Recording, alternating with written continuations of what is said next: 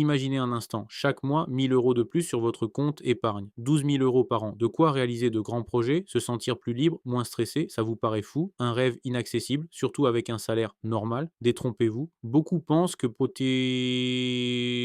épargner autant, il faut gagner des sommes astronomiques. C'est une idée reçue tenace. La vérité, c'est que la capacité à épargner dépend moins de votre revenu brut que de la gestion de ce revenu. On va voir ensemble comment casser ce mythe et bâtir une stratégie solide pour mettre de côté 1000 euros par mois. Pas de magie, juste de la méthode et quelques changements d'habitude. Prêt à reprendre le contrôle. 1. Connaître vos chiffres. Le point de départ inévitable. Avant de vouloir épargner, il faut savoir où va votre argent, c'est la base. Sans ça, vous naviguez à vue. Prenez un mois ou mieux 3 mois de relevé bancaire. Listez absolument toutes vos puteux. La baguette du matin au loyer, en passant par l'abonnement streaming. Bon, catégorisez-les. C'est aussi une data. Loyer, courses, transport, loisirs, etc., etc. Vous allez être surpris. Souvent, on sous-estime ce qu'on dépense dans certaines catégories. Par exemple, ce café à 3 euros tous les matins, c'est 60 euros par mois, soit 720 euros par an. Ça fait réfléchir, non?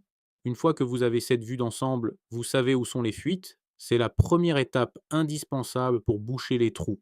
Non, mais j'étais en 2, optimisez vos dépenses fixes, la chasse aux gros postes. Maintenant qu'on sait où l'argent s'envole, attaquons les gros morceaux, les dépenses fixes, celles qui tombent chaque mois sans que vous y pensiez vraiment, le loyer ou le crédit immobilier, les assurances, les abonnements téléphoniques, internet, électricité. Ce sont des postes où même une petite réduction peut avoir un impact énorme sur l'année. Un exemple concret, votre assurance habitation. Si vous payez 40 euros par mois, soit 480 euros par an. En comparant les offres, vous pourriez trouver une assurance équivalente pour 30 euros. Ça fait 10 euros d'économiser par mois, soit 120 euros par an. Pas énorme, mais multipliez ça par toutes vos solutions.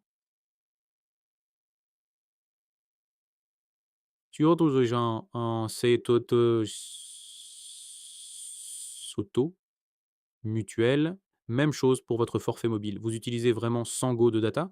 Souvent, on peut trouver des forfaits à 5 ou 10 euros moins chers pour des usages similaires. Sur l'année, c'est encore 60 ou 120 euros. Ça s'additionne vite. N'hésitez pas à renégocier vos contrats, à comparer les fournisseurs. C'est un effort ponctuel qui rapporte gros sur le long terme. 3. Maîtriser les dépenses variables, les petites victoires Kechinikan,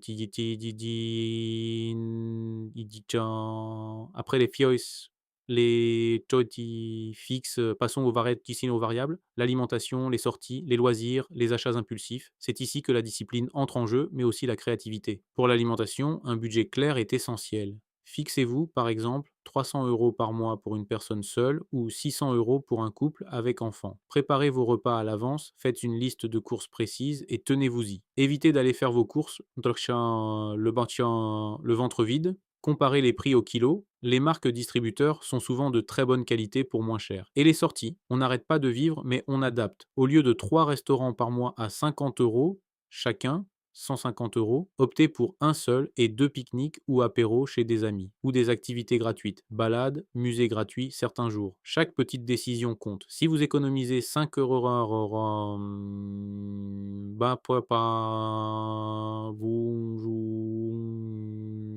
sur un café, un snacking ou un petit plaisir inutile, ça fait 150 euros par mois. C'est déjà ça de prix. 4. Augmentez vos revenus, même un peu. Chaque euro compte. Oui, épargner, c'est aussi parfois gagner plus. Pas besoin de changer de travail du jour au lendemain. Il existe plein de façons d'arrondir ces fins de mois, même modestement. Vous avez des compétences, proposez des micro-services, aide aux devoirs, cours de musique, petit bricolage, garde d'animaux. Même 100 ou 200 euros supplémentaires par mois, c'est un coup de pouce énorme pour votre objectif de 1000 euros. Faites le tri chez vous. Vous avez des vêtements que vous ne portez plus, des livres que vous avez lus, des objets qui prennent la poussière, vendez-les sur des plateformes dédiées, c'est rapide et ça peut rapporter quelques dizaines, 10 dizaines, voire, par exemple, enfin, si, ça me vaut un bon Tisine tantani JDOP c'est de l'argent qui dort et qui peut travailler pour vous. Même un petit revenu complémentaire de 150 € par mois, combiné aux économies sur les dépenses, vous rapproche considérablement de votre objectif. 5. Automatiser l'épargne et se fixer des objectifs clairs. La discipline sans effort. Le secret des grands épargnants, c'est l'automatisation. Dès que votre salaire tombe, transférez automatiquement une partie sur votre compte épargne. C'est ce qu'on appelle le payez-vous en premier. Si vous attendez la fin du mois pour voir ce qu'il reste, il ne restera souvent pas grand-chose. Commencez petit si 1000 € vous semblent trop d'un coup. Fixez un virement automatique de 100, 200, 500 € et augmentez-le progressivement à mesure que vous maîtrisez vos dépenses. L'idée est de ne pas avoir à y penser. L'argent est mis de côté avant même que vous n'ayez la tentation de le dépenser. Et surtout, ayez des objectifs clairs. Pourquoi voulez-vous épargner ces 1000 € par mois? Pour un apport immobilier? Pour un voyage? Pour votre retraite? Pour la scolarité de vos enfants? Un objectif précis et motivant vous aidera à tenir bon quand les tentations se présenteront. Écrivez-le, visualisez-le, ça donne du sens à vos efforts. Épargner 1000 € par mois, ce n'est pas un mythe, c'est une réalité accessible avec de la méthode, de la discipline et une bonne connaissance de vos finances. Ça demande des efforts, oui, mais les bénéfices en termes de sérénité et de liberté financière sont inestimables. Alors, par quelle étape allez-vous commencer dès aujourd'hui? Prenez vos relevés bancaires, faites le point et lancez-vous. Vous avez le pouvoir de transformer vos finances. Si cette vidéo vous a éclairé et motivé, n'oubliez pas de mettre un pouce bleu, de vous abonner à la chaîne pour ne rater aucune de nos astuces et de me dire en commentaire quel est votre objectif d'épargne pour les prochains mois. On se retrouve très vite pour décrypter un nouveau sujet finance.